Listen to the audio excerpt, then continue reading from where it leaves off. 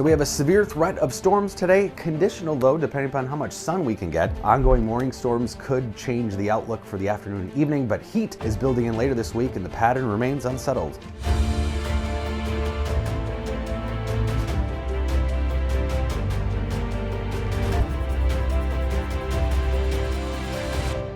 So we have several upper level disturbances moving through the atmosphere, all these little X's.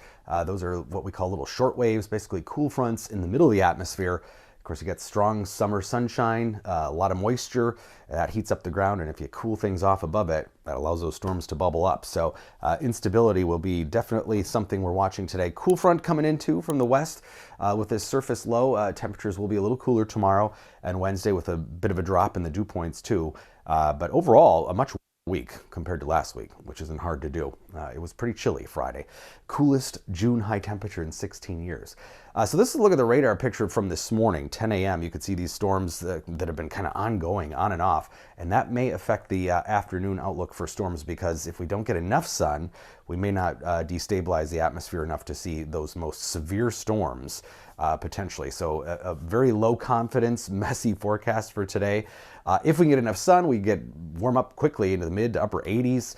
Dew points will be high regardless, 60s and even pushing into the low 70s this evening. So plenty of instability to work with here as we head into the afternoon and evening hours. But these are all model projections, and the models have not been handling the morning storms very well.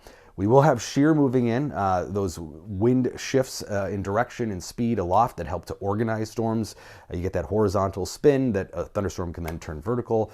Could be a tornado day, could have a few of those potentially somewhere in central or southern Minnesota with those initial storms. Significant tornado parameter quite high, but again, where does this play out? Is it over the Twin Cities? Is it to the west? Or does we do not really see much of it at all because there's too many clouds? Different variations here in the updraft tracks too between two different models. The NAM much more intense. So it looks like storms could develop in the late afternoon in western Minnesota and then track east. And it's those initial storms that could be potentially some tornado producers. But again, this is one model scenario. Really none of the models have handled this morning thunderstorm activity very well.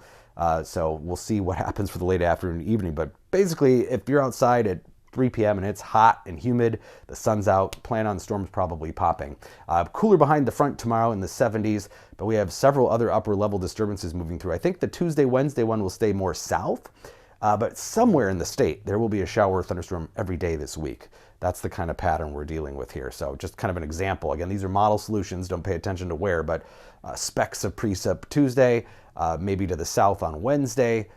Thursday now, some of the models are producing a system, others are not. So anything past 48 hours, the forecast could change. Just be aware of that. But we will probably be seeing a heat dome build in by the end of the week. It's been hot to the west. Some of that moves in by Friday into the weekend. We're talking about temperatures well into the 80s, maybe 90 degrees again. That's kind of eluded us lately with the cool, wet pattern we've been in. By Sunday, looking at highs maybe low to mid 90s across southern Minnesota, maybe hitting 90 as early as Friday, but it'll depend on storms on Friday, which could be our next best chance of more widespread scattered showers and thunderstorms. So again, there's a possibility of a shower each of these next 3 days, but not putting the raindrops in there because it is, I think, a pretty low chance for the Twin Cities at least. But again, this is a volatile forecast, could change with this unsettled pattern. But overall, you can see temperatures are much warmer this week heading into the weekend, and that's going to allow things to really warm up here. Finally, some summer weather everybody's been looking for by the weekend. We'll be complaining about the heat and the humidity.